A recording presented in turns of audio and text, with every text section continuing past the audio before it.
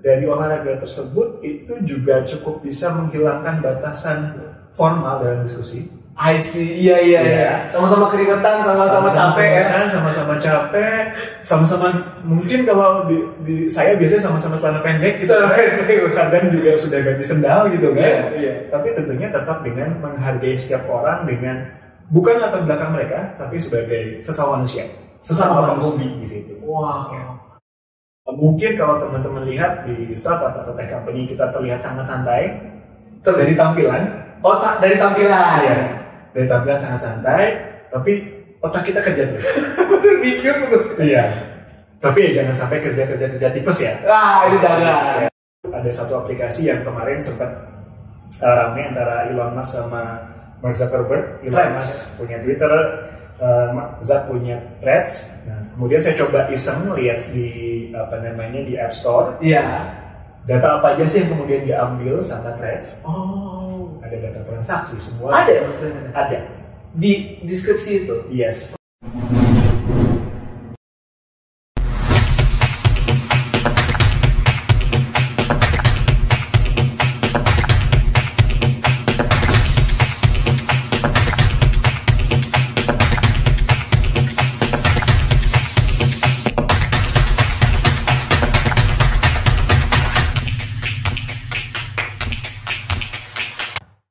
Selamat siang teman-teman para leaders. Terima kasih sedang berjoin lagi dengan Romora Edwards YouTube channel. Kali ini kita kedatangan tamu yang sangat spesial, yaitu Mas Ari atau Mas Ahmad Syarifuddin. Apa kabar Mas Ari? Baik. Sehat ya? Masih banyak sehat. Sehat diundang ke podcast ini. Luar biasa. Mas Ari ini adik kelas saya juga ya? Iya. Di akuntansi UGM tahun 2004. 2004? Iya, betul. Wah, luar biasa. Karirnya sungguh cemerlang dan pengalamannya sangat banyak yang berharga yang bisa jadi insight buat kita semua. Mas Ari ini saat ini adalah Associate Vice President di Ayu Connect. Sebelumnya dia juga memiliki pengalaman sebagai Manager Digital Partnership dan Government Relation di berbagai tempat, termasuk diantaranya adalah Traveloka, kemudian juga di Rumah Siap Kerja, dan di BRI Live. Dia juga pernah di e-commerce seperti Bukalapak ya Mas. Luar biasa. Jadi e-commerce sampai fintech semuanya udah lengkap nih di semuanya. Luar biasa Mas. Ya, terima kasih banyak Mas. Sebenarnya memulai awalnya di perbankan dulu kan. Perbankan dulu, terus belajar banyak di situ dan mencoba mencari ilmu baru lah setelah itu. I see. Wow, luar biasa. Anak akuntansi memang terkenal pinter-pinter sih. Semoga bisa kita luar biasa hebat ya. Baik, kita boleh langsung mulai nih Mas? Silakan. Siap. Jadi Mas Ari, kita sebelum mulai nih ice breaking dulu ya. Boleh. Ya. Iya.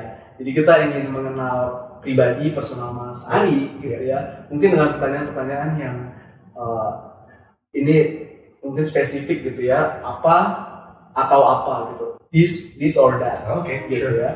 Jadi ada beberapa ini. Let's do. Silakan dipilih salah satu. Ya. Boleh segitu-nya ya? Boleh. Oke. Boleh juga. Dan alasannya? Ya, oke. Ya kalau ada, kalau enggak apa-apa. Siap. Kopi hitam atau latte? Kopi hitam tanpa gula tentunya. Tanpa gula ya? Tanpa gula. Oke, kenapa tanpa gula? Mencoba meminimalisir sugar intake aja sebenarnya dan meminimalisir kalorinya juga di kopi itu. Wah, luar biasa ya.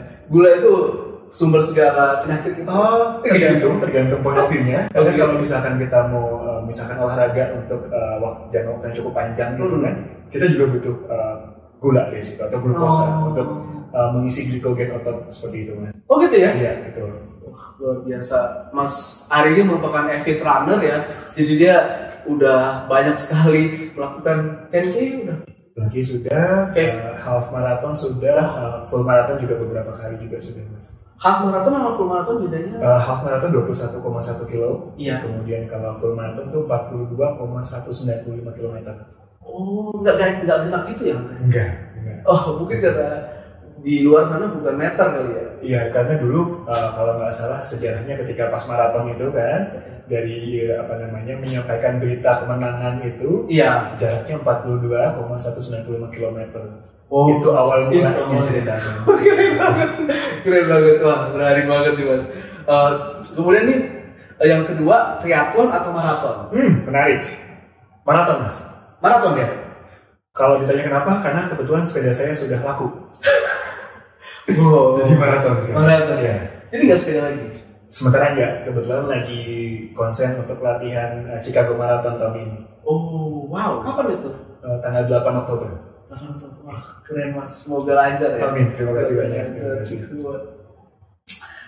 Kemudian buku atau film? Buku atau film? Nah, this a bit difficult. Cuman kalau sekarang film sih. Film ya? Film. Oke. Film. Musik jazz atau rock? Sebagai mantan yang suka teriak-teriak, saya rock. Rock ya? Iya. Oke, ada grup band favorit mungkin? Mungkin kedengeran cukup lama, cuman nggak tahu kenapa saya masih suka banget sama Creed. Creed ya? Yes. Oh iya. Bagus tuh. Yeah. Ya kalau kita bicara Creed dan kemudian Dream Theater lah standar lah zaman dulu. Yes. Lanjut ya. Oh gitu. Kemudian pizza atau sushi? Sushi. Sushi ya? Yes, sushi. Oke. Bisa ya. Olahraga outdoor atau gym indoor? Ini dua hal yang sulit karena harus dilakukan dua-duanya. Cuman belakangan ini lebih sering olahraga outdoor. Outdoor ya? Yes, jam berapa tuh Mas lari? Saya biasa jam 5.30 udah mulai, 5.15 sampai 5.30 udah mulai. Oke. Biasa sekitar 1 sampai 1,5 jam. Iya. Seperti itu sebelum polusi di Jakarta mulai naik lagi. AQI belakangan ini kan lagi kurang bagus, Mas. Betul. Jadi sebisa mungkin sepagi mungkin lah, seperti itu saya bisa mulainya. Wow. Tiap hari tuh? Kecuali hari Senin sebagai resting day biasanya. Resting day ya, betul. Wow. Android atau iOS? Aduh, ini dia nih. Mohon jangan dihujat, teman-teman. Saya iOS kebetulan. iOS ya? Betul. Oh, oke. MacBook juga? MacBook juga, iPhone, ya iPad juga. iPad juga ya? Sinkronisasi lebih enak kali ya. Bener ya. AirDrop-nya tinggal transfer aja dan ada iCloud juga kan, ketolong banget di situ. Wah, oke. Instagram atau LinkedIn? Lucu nih. Instagram deh. Followernya banyak banget di Instagram. Lumayan Mas, terima kasih banyak. Terima kasih udah follow juga. Thank you Mas, itu keren banget. Lari gitu ya, banyak konten-konten lari. Betul. Dan kadang-kadang di Instagram itu kalau kita bisa, nanti mungkin sesuai dengan bahasan kita nanti bisa ngasih edukasi dengan bahasa yang lebih santai ke teman-teman gitu kan. Reach-nya juga nggak profesional reach aja, tapi bisa berbagai macam orang-orang ada di situ. Jadi berinteraksinya dengan berbagai macam bahasa di situ. Oke, iya. Oh iya. Ya banyak range-nya ya. Betul. Orang-orang yang ada di sana. Luar biasa. Oke Mas, mungkin kita pengen bahas soal olahraga ya. Siap. Karena Mas Ari ini terkenal sehat olahraga gitu ya. Apakah saat olahraga itu ada prinsip-prinsip yang mungkin terbawa gitu, dan diterapkan saat kehidupan sehari-hari atau profesional?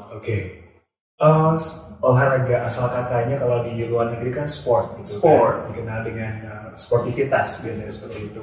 Bagaimana kita bersaing untuk mencapai satu tujuan dengan cara-cara yang sportif tentunya, dengan cara-cara yang fair, itu udah pasti salah satu value yang diterapkan dalam hubungan kerja dan sebagainya.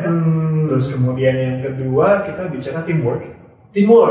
Yes. Even ketika kita bicara lari yang orang bilang itu adalah olahraga individual, pasti ada teamwork yang melibatkan, kalau yang profesional ya ada coachnya, ada nutritionistnya juga, ada measure juga, ada measure yang sport massage juga before and after the race. Oh iya ya, itu membantu mengembalikan. Betul. Dan kemudian kalau kita bicara dari sisi komersial, ada sponsor juga yang support si atlet seperti itu. Betul. Itu adalah teamwork yang bisa diimplementasikan dalam setiap aspek pekerjaan kita. Kalau saya seperti itu, Mas. Keren banget nih Mas Ari. Jadi dengan lari itu ada prinsip-prinsip seperti teamwork, kemudian fairness atau sportivitas ya dalam kehidupan yang bisa kita terapkan. Thank you nih Mas Ari buat sharingnya. Sama-sama.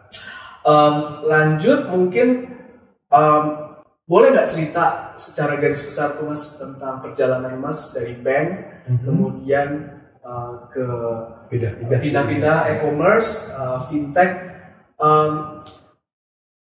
Ini apakah memang direncanakan atau terjadi dengan natural? Oke. Ya.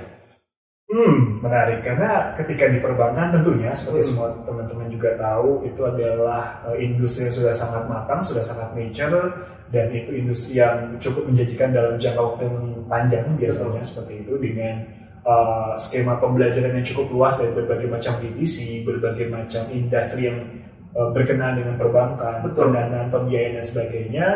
Cuman pada waktu itu saya berpikir ada dua hal sebenarnya yang memicu saya untuk memberanikan diri mencari ilmu lain di luar. Yang pertama mencoba mendapatkan ilmu lain di luar perbankan, gitu kan yang pertama. Sama yang kedua sebenarnya cukup simpel, saya pengen bisa nganter anak saya sekolah. Oh gitu ya? Gitu.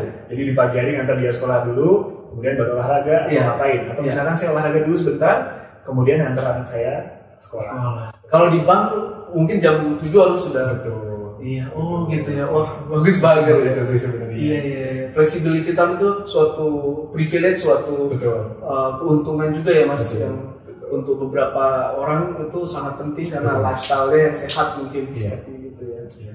Dan surprisingly olahraga bisa jadi salah satu sarana networking yang sangat bagus kalau saya bilang Mas. Gimana? Mungkin jadi misalkan kita habis lari gitu kan, terus kita misalkan duduk di satu tempat, kita ketemu banyak orang dengan berbagai macam latar belakang mereka gitu kan.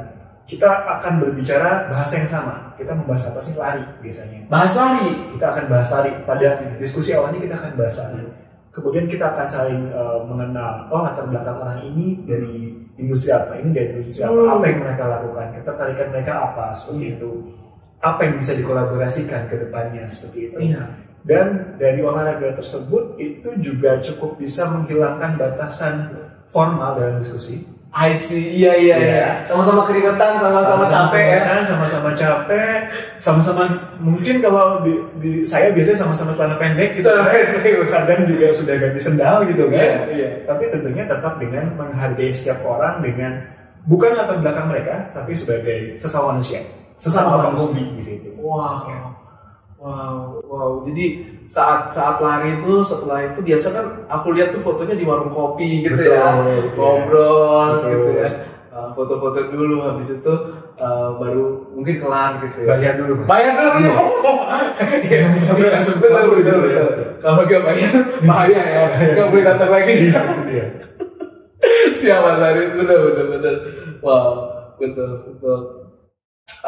Baik Mas, mungkin boleh nggak cerita soal culture perusahaan di bank, e-commerce sama fintech itu ada kesamaan nggak? Ada perbedaannya juga nggak? Culture kalau kita bisa bicara yang sama, tentunya sama-sama di mereka memiliki target lah pastinya.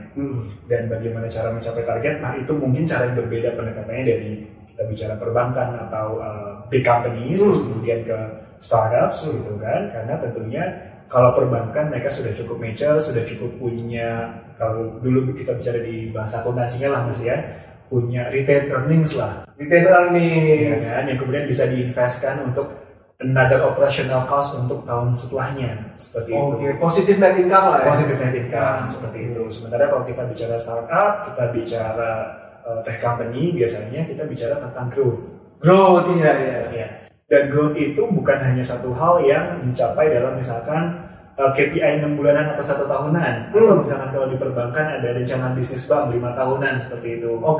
Kita bicara biasanya objektif key result atau OKR yang diimplementasikan dalam jangka waktu 3 bulan.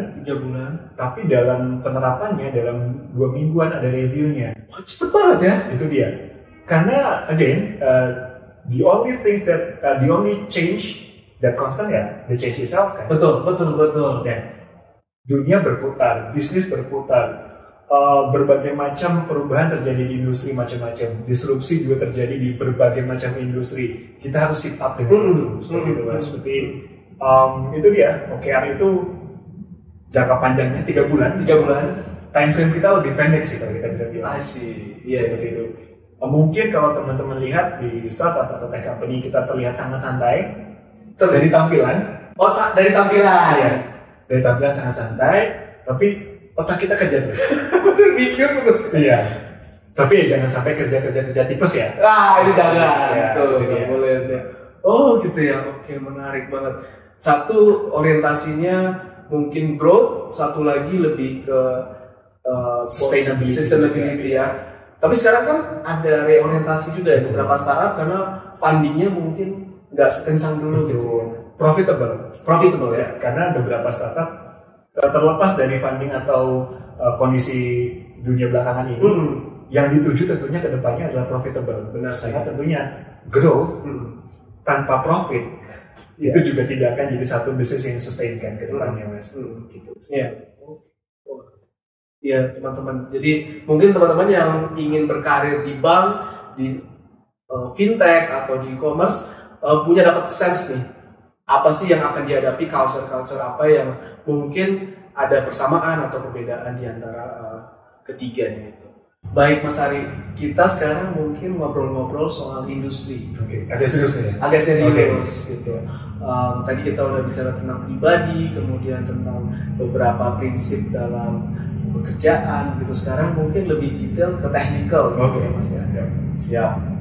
Nah, akhir-akhir ini kita sering dengar tentang konsep open banking. Apa sih open banking ini Mas, dan kenapa ini bisa revolusioner untuk industri-industri keuangan maupun industri yang dipengaruhi sektor keuangan? Terima kasih banyak Mas Romora. Jadi open banking ini sebenarnya adalah satu koneksi yang tentunya dengan konsen pengguna yang kemudian disambungkan antara bank dengan penyedia jasa layanan open banking dengan API, dan kemudian dari penyedia jasa layanan open banking dalam hal ini seperti yang iConnect lakukan, membuka API tersebut tentunya dengan konsen ke channel partner kami. Pada prinsipnya itu adalah kebanyakan yang dilakukan saat ini pertukaran data yang sudah ada adalah pertukaran data kuantitatif. Betul. Seperti apa itu? Seperti kita bicara account statement, terus kemudian income verification, terus kemudian kedepannya makin banyak data yang tentunya bisa bisa dibuka oleh rekan-rekan perbankan untuk kemudian kalau kita bicara leveling playing field itu tentunya tidak fair kalau kita bicara ada bank buku 4 sampai dengan buku 1, cuman kita mencoba leveling the access untuk semua orang di Indonesia, untuk terutama untuk yang unbanked sama underbanked people, untuk mendapatkan layanan perbankan, mendapatkan layanan keuangan dengan lebih mudah, yang pasti kan kita semua pasti punya handphone gitu Mas ya, dan mereka bisa mendapatkan layanan perbankan itu di platform-platform yang bukan platform perbankan. Tapi platform e-commerce, platform online travel agent dan sebagainya seperti itu Mas. Seperti PayLater gitu-gitu. PayLater itu adalah salah satu layanan keuangan. Di dalamnya itu kan pasti ada satu credit risk scoring-nya. Betul. Nah, di mana pasti ada pengecekan pendapatan, terus kemudian mereka melakukan e-KYC-nya juga gitu kan. Kemudian dengan adanya API Open Banking yang dimiliki iConnect itu bisa dilakukan ping tentunya dengan konsen si pengguna, si pemilik datanya, untuk kemudian menjadi salah satu instrumen credit scoring yang lebih robust, yang bisa meminimalisir risiko keuangan yang dari pihak institusi keuangannya, betul. Dan untuk memberikan keamanan dan kenyamanan juga sebagai dari sisi penggunanya. Wah, jadi verifikasinya jadi sesimpel ping API gitu ya Mas, nggak harus membuktikan apa gitu ya. Dan kemudian ketika verifikasi tersebut yang tentunya lebih aman adalah karena dengan adanya konsen tadi, konsen tersebut hanya diberikan kepada si institusi keuangan dalam jangka waktu tertentu yang disepakati antara si institusi keuangan dengan si pemilik data. Jadi setelah yang ingin dituju itu sudah tercapai, data tersebut tentunya sudah tidak dapat consume oleh si institusi keuangan atau pihak yang mencoba menggunakan layanan tersebut. Jadi sangat aman ya, hanya pada waktu tertentu, habis itu nggak boleh digunakan kecuali ada konsen tambahan. Betul. Wah, menarik banget. Kalau kita lihat nih Mas, sekarang orang pengen semuanya itu bisa diakses dari genggaman tangan, gitu. Pengen beli reksadana, kemudian pengen beli kripto dan lain-lain itu dari satu apps. Gitu. Betul. Apakah memang ada arah di mana orang yang menggunakan platform itu lebih suka sesuatu yang semakin integrated, dan ketika mereka harus memberikan konsen itu apakah mereka sekarang semakin terbuka untuk memberikan konsen? Saya coba ngambil data, kalau masalah dari data Kementerian Perekonomian juga, Kemenko Perekonomian, di Indonesia ada sekitar 2.400-an aplikasi yang sudah terdaftar saat itu. 2.400 aplikasi, dan tiap-tiap aplikasi tentunya pengen punya another fee-based income selain main income yang di-generate dari main business mereka di situ. Kemudian di situ tentunya orang juga makin nyaman dengan satu aplikasi tersebut. Makanya ada dengan gamification, makanya ada dengan live apapun di situ kan. Ada misalkan gratis ongkir dan sebagainya. Ada jam-jam promo seperti itu bagaimana stickiness terhadap satu aplikasi itu dibangun oleh dari berbagai macam tim di e-commerce dan sebagainya, dari performance marketing, dari tim digital marketingnya, untuk membuat mereka bisa stay di apps itu selama mungkin. Betul. Nah, sedangkan dengan adanya stickiness yang sudah terjadi, tentunya kepercayaan pengguna terhadap aplikasi tersebut terbangun, dan mereka juga pasti akan makin sudah, dengan ketika misalkan si apps ini misalkan mengajukan sesuatu, meminta sesuatu dengan konsen pengguna, mereka juga akan dengan lebih mudah untuk memberikan konsen tersebut dan percaya terhadap penggunaan data tersebut.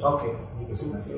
Atau mungkin yang paling baru, ada satu aplikasi yang kemarin sempat ramai antara Elon Musk sama Mark Zuckerberg. Elon Musk punya Twitter, Zuck punya Threads. Nah, kemudian saya coba iseng lihat di di App Store. Data apa aja sih yang kemudian diambil sama Threads? Ada data transaksi semua. Ada maksudnya? Ada. Di deskripsi itu? Yes. Dan orang ketika sudah mempercayai aplikasi tersebut bahwa itu adalah aplikasi dari Instagram, mereka cenderung memberikan konsen terhadap aplikasi tersebut. Benar. Sign in-nya kan pakai Instagram. Yes. Gitu sih Mas. Wah. That's how the trust to the apps change everything sih sebenarnya. Oke. Iya betul sekali Mas, soal trust ini kunci. Betul. Semua relationship, semua transaksi gitu ya. Mungkin itu bisa jadi introspeksi juga untuk kami juga dari yang bergerak di sisi TechFin gitu kan, untuk meningkatkan cyber security-nya seperti bank-bank, terus kemudian teman-teman fintech dan sebagainya, karena tentunya di situ, apalagi bank ya, ada banyak data nasabah di situ, ada banyak pertukaran transaksi di situ, menjaga ini. Kalau saya boleh mengajukan 3 poin sih sebenarnya, kita bicara yang pertama edukasi, simplifikasi, sama kolaborasi. Edukasi jelas, kita bicara banyak hal, kita sampaikan tentang open banking, tentang industri keuangan ke depannya seperti apa, tentang Indonesia dalam big picture-nya ke depan seperti apa. Itu tentu dengan simplifikasi. Kita bicara, tentunya kalau kita bicara ke orang yang sama sekali tidak tahu perbankan, tidak tahu layanan perbankan, kalau kita bicara dengan bahasa yang cukup teknikal, mereka nggak tahu. Betul. Terima kasih banyak, kami sudah cukup dibantu dalam berkomunikasi dengan teman-teman regulator dan kemudian mendapatkan feedback yang cukup baik, dilibatkan dalam berbagai macam aktivitas yang untuk mendengar kebutuhan kedua belah pihak. Jadi itu memang terima kasih banyak, kami sudah dibantu teman-teman asosiasi ya, gitu kan. Dan memang tentunya selain dari asosiasi, tentunya kami juga menjalin komunikasi cukup intens juga dengan teman-teman regulator sewa. Gitu ya? Betul.